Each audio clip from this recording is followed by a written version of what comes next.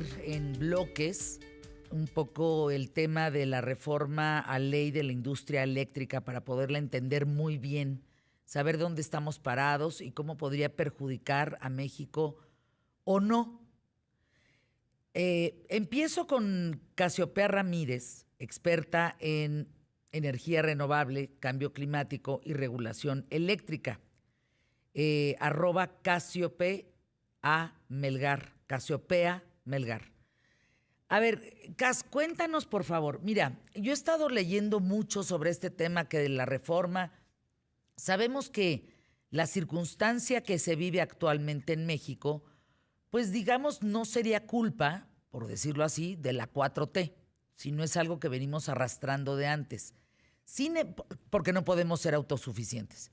Sin embargo, lo que propone la 4T ya es un balazo en el pie para México. ¿Nos podrías plantear, por favor, cuál es el pasado de la energía, el presente y el futuro en México? Y casi de manera breve, contundente, por favor. Primero, Fernando, muchísimas gracias por el espacio y la invitación a platicar este tema que es sumamente relevante para todos los mexicanos. ¿Podrías tomar tu micrófono, por favor? Gracias. Sí, claro. ¿Ahí me escuchan? Ahí, perfecto. Perfecto. Para hablar de electricidad, primero tenemos que entender qué significa la electricidad para nuestras vidas diarias. Y es que en todas las actividades que hacemos y todos los bienes y servicios que consumimos tienen que ver con electricidad.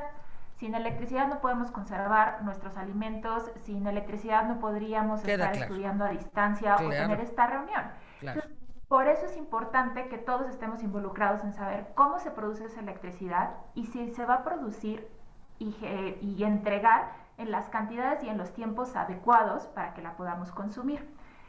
Uno de los problemas principales que tenemos es que si le dejamos toda esta carga de producir la energía a una sola empresa, podemos tener limitaciones de que no tenga las capacidades de inversión suficientes para atender los volúmenes necesarios y en el tiempo en que la necesitamos. Siempre damos por hecho que la electricidad va a estar ahí y cuando no está es cuando vienen los problemas. Y en diciembre y ahora la semana pasada tuvimos recordatorios muy importantes de qué pasa cuando no hay electricidad. Entonces, por eso es importante la diversificación, para que si alguno de los generadores falla porque no tiene recursos suficientes, porque se atrasó en el desarrollo de ciertas plantas, pueda haber otras alternativas que suplan esa energía. Desde 1992 se tomó la decisión de complementar las inversiones de CFE con inversiones privadas. Todos nos podremos acordar que hace muchos años, justo por los 80s, había apagones de manera continua y la explicación popular es que se voló el transformador y casi siempre eran en la noche, que es cuando hay mayor demanda.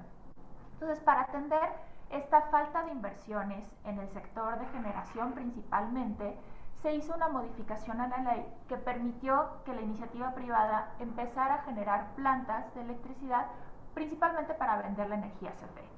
Y esto ayudó a mitigar las necesidades de inversión de una sola empresa y a mitigar los apagones que estábamos viendo. Y esta participación de la iniciativa privada se complementa ahora, o digamos que se refuerza con la parte de la reforma energética, en donde ya se dice, mira, vamos a ver cuál es el mejor postor para que genere la energía, pero también para que se la venda CFE y asegurar que todos los mexicanos tengamos suficiente energía en nuestras casas, en nuestros negocios y en nuestra industria.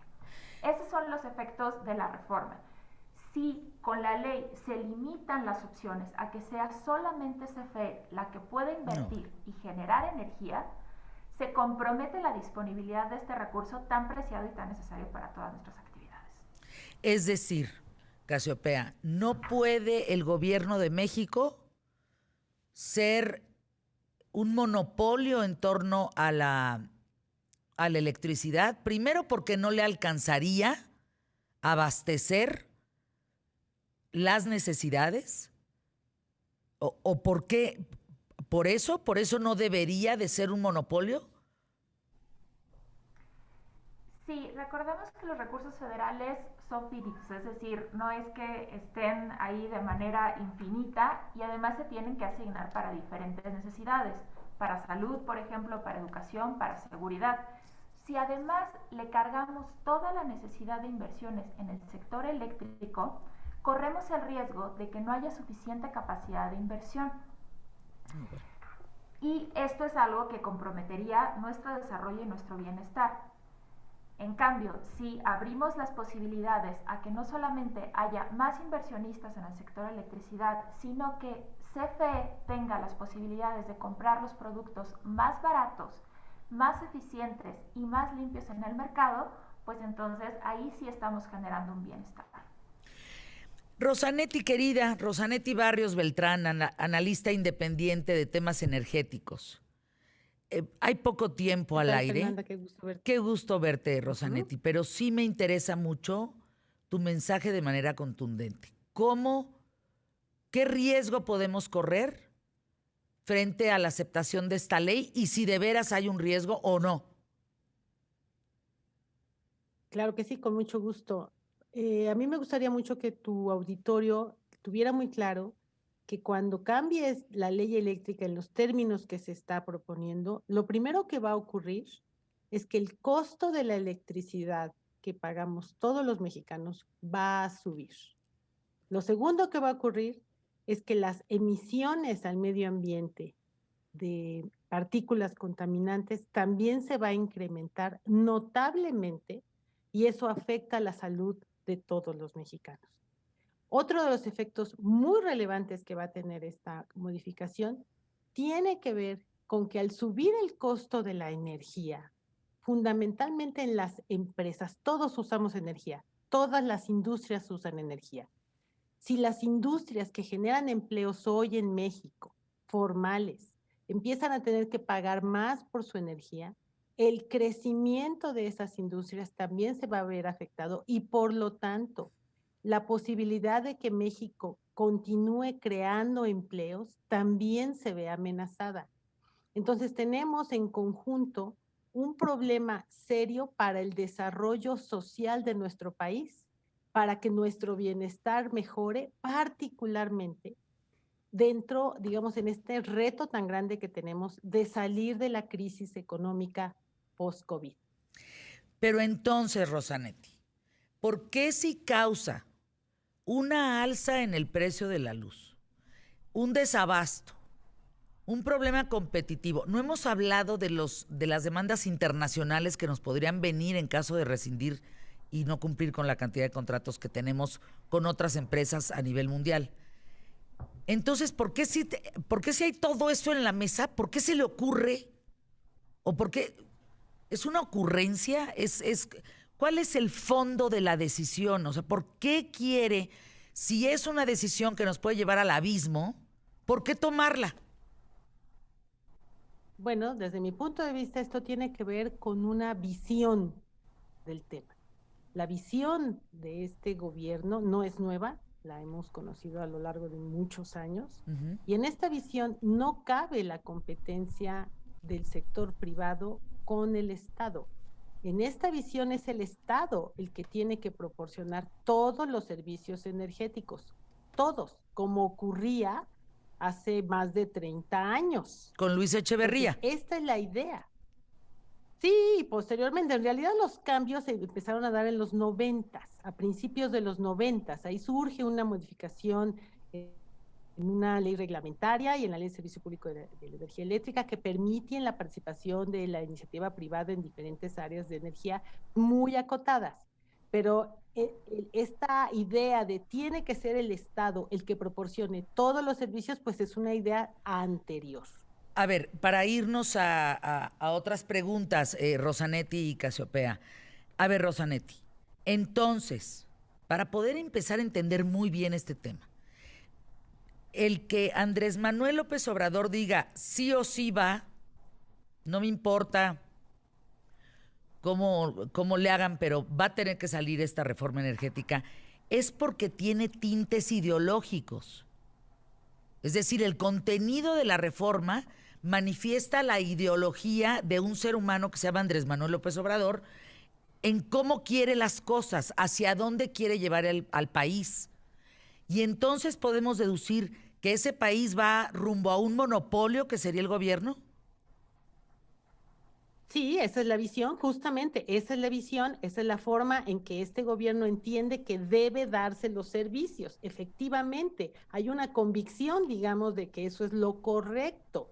Sin embargo, yo considero que no ha habido la posibilidad de, digamos, de ampliar la visión, de discutir el tema para poder poner en la mesa de manera concreta las debilidades que tiene el Estado que le van a impedir cumplir con esa obligación. Es que de ahí venimos y salió mal. Ese es el punto.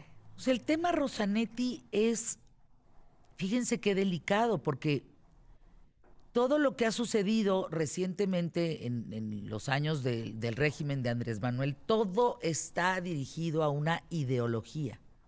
Esa ideología es crear monopolios controlados por el gobierno, como en países, y yo sé que ya no soportan la comparación, pero así es en Rusia, así fue en Rusia, así fue en Venezuela, así fue en Cuba.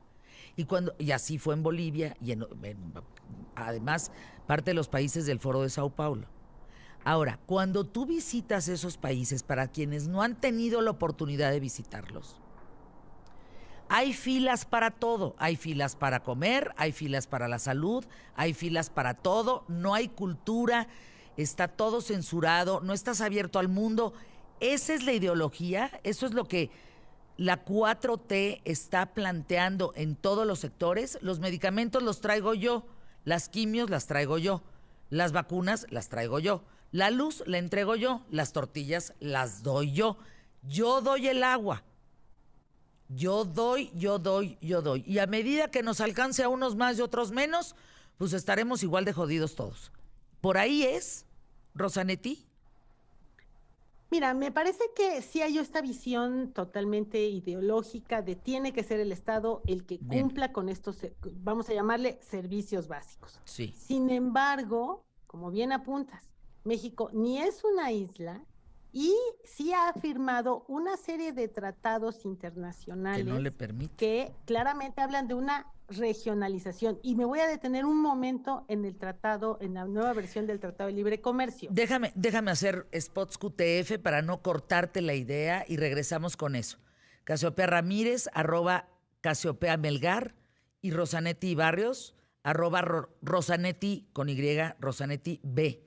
B de buena. Son una joya, ¿eh? Le saben mucho a este tema. Y creo que ya estamos entendiendo, a reserva que si en el pasado lo hicieron mal o bien, ya sabemos que esto es un planteamiento ideológico. Porque el gobierno, el deseo es poder abastecer desde el gobierno a todos. Piénsenle, ¿eso se puede? ¿A qué consecuencias llegarías? Algunos tweets, algunos no merecen ni siquiera ser mencionados porque no tienen una explicación, digamos, o un planteamiento muy claro. Otros, y me parece importante, Juan Carlos Amigo dice, ¿y qué va a pasar con quienes han invertido en paneles solares, no solo en empresas, sino en casas y demás? ¿Qué va a pasar? A ver, regresemos, Rosanetti Barrios Beltrán, Casiopea Ramírez, y dándole la bienvenida a Carla Sedano, coordinadora del Centro de Innovación de Energía Solar. Les pedí en el corte comercial, les dije, por tiempo, hablemos de lo que no se ha dicho. Porque tratamos de hablar del apagón, a ver, las cosas están como están. Y lo que es importante entender es que esto forma parte, el planteamiento proviene de una ideología. Esa ideología es que el Estado provea a cada uno de los mexicanos de todo y tenga el control de cada uno de los mexicanos. Tú tienes luz cuando yo quiero que tengas, no tendrás luz cuando yo quiera pagarla. ¿Por ahí va, Rosanetti? Bueno, yo creo que tiene que ver con una forma en que se entiende cuál es el actuar del gobierno, qué le toca al gobierno, que insisto, es una forma que sí estuvo vigente en nuestro país, pero que fue rebasada por la realidad, porque no hay dinero público suficiente y porque las decisiones políticas, los gobiernos siempre, todos los gobiernos de todo el mundo, no solo este, siempre tienen una agenda política que cumplir. Por lo tanto, el desarrollo de la infraestructura de energía, cuando está bajo un modelo de monopolio estatal, responde normalmente a la agenda política, cuando no debe ser así. Esos son los riesgos que tenemos, efectivamente. Ahora, Carla, desde tu trinchera, ¿qué es lo que más te preocupa? ¿O tiene algo de bueno esta reforma? O sea, ¿cuál es la realidad para generar en Mira, lo nosotros que un más me criterio? preocupa, claro, Fernanda, lo que más me preocupa es la desinformación. Creo que la pregunta que te hacen por Twitter es muy válida porque tenemos una confusión espantosa en cuanto a qué sí, qué no. Sí, por supuesto que la generación distribuida, que es lo que se conoce como los techos en las casas, las pequeñas cooperativas energéticas, eso no tiene ningún problema. Seguimos en la Asociación Nacional de Energía Solar que presido, seguimos las pymes mexicanas con talento mexicano, dando empleo a mexicanas y mexicanos, generando energía en casas, pequeños comercios, poniendo instalaciones que son válidas, viables y que pueden funcionar. Entonces, el mayor riesgo de momentos como este es que se empañen las comunicaciones y que las gentes empezamos a confundirnos y a dejar de entender que sin duda ingresar más energía solar es mejor desde cualquier trinchera. Y como dicen mis compañeras, definitivamente hay que cuidar una matriz energética bien balanceada, que haya un poco de todo, pero mucho más de energía renovable, que es la única que es verdaderamente limpia y que tiene la ventaja de que a las personas nos permite gestionar nuestra energía en casa. O sea, imagínate qué maravilla, que no dependes de subsidios ni de la CFE porque tienes tus paneles fotovoltaicos que te proveen de independencia energética en lo local. Entonces, para mí el acento está en ese, que tengamos mejores puentes de comunicación y por eso agradecemos tanto el espacio, porque llegas a todas las personas que estamos en casa, en la oficina, en nuestro pequeño comercio, podemos y debemos acercarnos a la energía solar fotovoltaica, De, también a la solar térmica, porque es la única vía, ¿no? de acuerdo. Ahora, perdón que lo planteé, pero es de manera sencilla, es para entenderlo. Ok, yo invierto en mis paneles, ya tengo mis paneles y qué bueno que estamos en la parte solar. ¿Y si me bajan el switch? ¿Cómo? Porque ahí te va. El panel, cuando no hay luz solar, pues entra con CFE. Entonces, ¿cómo le hacemos con eso? O sea, ¿los paneles van a dejar de funcionar? El panel no deja de funcionar, pones almacenamiento. O sea, hay este tema de poder complementar tu instalación con almacenamiento. Ya hay empresas mexicanas también que están haciendo instalaciones para que tengas tus baterías y de día que no consumes mucha energía, se almacena la energía ahí y en la noche que la requieres, la obtienes de ahí. Entonces, hay maneras de hacerlo. Por supuesto que hay que cuidar mucho cómo nos integramos a la red, hay que cuidar la confiabilidad de la red, pero se puede hacer. No es un problema ni técnico ni de capital humano, Fernanda. Hay gente en México que lo hace profesional y bien. Es falso que venga el extranjero aquí a dominarnos. México puede y debe invertir en sus instalaciones. ¿Crees, Casiopea Ramírez, que esta ley pase? Desafortunadamente vimos dictámenes positivos en dos de las comisiones que ya lo discutieron, entonces mañana tenemos malas expectativas en el sentido de que parece que sí se va a aprobar, pero a mí lo que me gustaría cuestionar es si, me parece que el objetivo de la ley de garantizar suministro confiable, de fortalecer a la CFE, que es quien suministra el 82% de la demanda, es un objetivo positivo. Lo que deberíamos de cuestionarnos es si los mecanismos que está buscando implementar realmente van a llevar ese objetivo. Y eso es lo que venimos discutiendo, que desde la arista que lo veas, desde la modificación que quieras analizar de manera particular, no nos está llevando a cumplir ese objetivo. Y eso es lo que deberían de analizar nuestros legisladores, cómo sí plantearse el fortalecimiento de la CFE, sí plantearse el garantizar un suministro confiable, el garantizar un suministro que podamos pagar todos y en volúmenes suficientes para que nunca tengamos apagones, para que nunca tengamos ese miedo de qué va a pasar si mañana no puedo prender el refri o llevar a cabo cualquiera de mis actividades, y hacer las modificaciones pertinentes, pero en esa línea, en el cómo sí se puede llegar a ese objetivo. Rosanetti, ¿hay alguien o algún organismo en México que pueda detener esta ley? ¿Podría llegar a la Suprema Corte de Justicia, Arturo Saldívar? O sea, ¿hay alguien que podría decir, oiga, no? Yo estoy a favor de los mexicanos y en la Constitución dice que aquí la competitividad y que, o sea, el costo que usted va a pagar, señor presidente, por las demandas de esos contratos, bueno, es una cosa impensable. ¿Hay alguien que pueda o algún organismo que pueda parar esto? Vamos, una vez aprobada, ya caemos en un universo muy distinto. Lo ideal sería que el Congreso efectivamente hubiera hecho ese análisis que mencionaba Casiopea.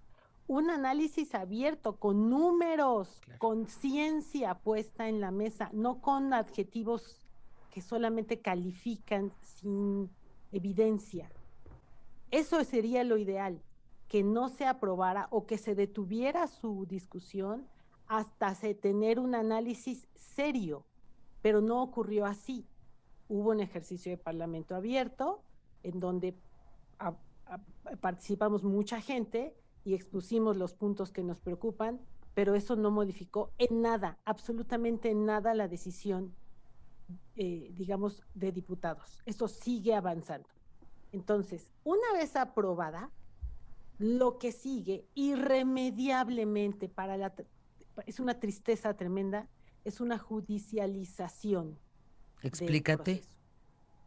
Eso quiere decir que vendrán necesariamente juicios de las empresas directamente afectadas, que son muchísimas, para que sea el Poder Judicial, los jueces, los que detengan, digamos, la implementación de la ley, pero decimos, tú lo sabes coloquialmente, palo dado ni Dios lo quita. Con la ley aprobada, va a entrar en vigor de inmediato y por lo tanto, en ese momento, lo único que puedes hacer es, insisto, como empresas directamente afectadas, que ya no vas a poder generar energía como decían los contratos que firmaste con el gobierno mexicano, pues entonces no te queda más remedio que defenderte porque te están quebrando. Híjole, qué delicado. Y eso pues es un proceso largo, complejo, costoso, desgastante, que solamente afecta de manera directa a la reputación de nuestro país como un jugador a nivel internacional, porque el dinero para inversiones tiene a dónde escoger, tiene a dónde irse. Claro. México no es el único lugar. Entonces, eso afecta nuestra reputación. Los 10 gobernadores que integran la Alianza Federalista dicen que esta iniciativa eléctrica de Andrés Manuel es suicida. No impulsa el crecimiento y la generación diversificada de energías en el país. Y esta ley, además, no va a utilizar el argumento de los contratos fraudulentos o abusos para prohibir que empresas privadas provean de paneles y baterías a comercios y casas particulares, porque si bien un argumento de malas prácticas y corrupción, el régimen de Andrés Manuel ha tumbado inversión privada y contratos sin ton ni son. Entonces van a acatar a ciegas, sin análisis, esta iniciativa eléctrica, que eso me parece muy delicado. Quiero agradecerles a las 3 estar aquí y regresen, porque mañana ¿a qué hora tendremos decisión de si pasó o no pasó? Pues bien, es muy difícil definir eso, pueden ser horas y horas y horas y horas.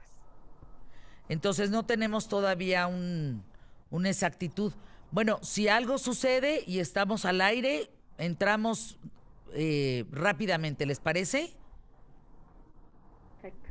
Gracias a las 3, gracias a Carla Sedano, gracias a Casiopea Ramírez y gracias a Rosanetti Barrios Beltrán. Mujeres que le saben al tema energético y pues tienen un planteamiento, esta reforma a la ley de la industria